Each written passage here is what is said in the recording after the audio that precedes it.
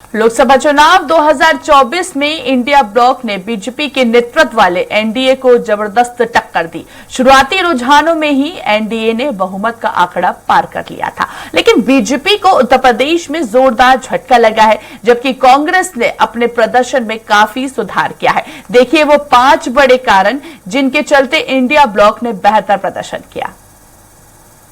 लोकसभा चुनाव 2024 में एनडीए को बहुमत हासिल हो चुका है, लेकिन विपक्षी गठबंधन इंडिया ब्लॉक से उसे जबरदस्त टक्कर मिली, जिसका नतीजा ये हुआ कि बीजेपी के अब की बार 400 पार का स्लोगन बेअसर साबित हो गया।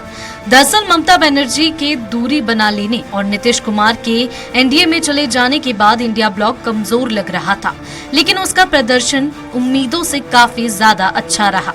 ऐसा लग रहा है कि मोदी सरकार के प्रति लोगों में जो भी असंतोष रहा, विपक्षी गठबंधन उसे भुनाने में सफल लग रहा।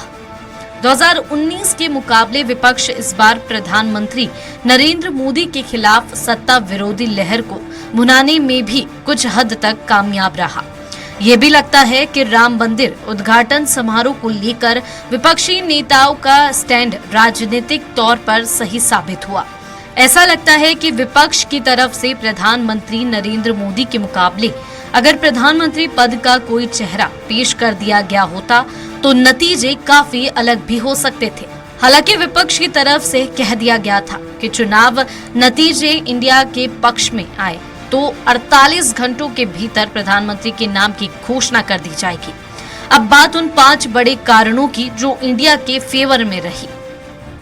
चुनाव कैंपेन में विपक्ष का नैरेटिव चल गया।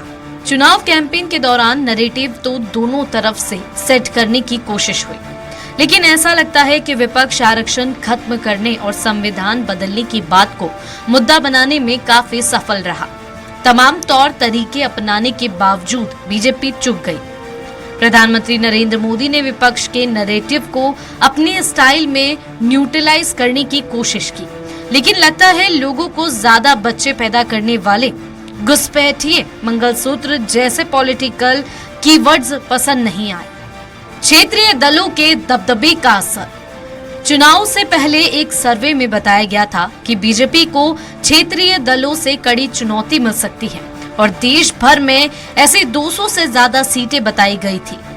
नतीजों में भी यही देखने को मिला।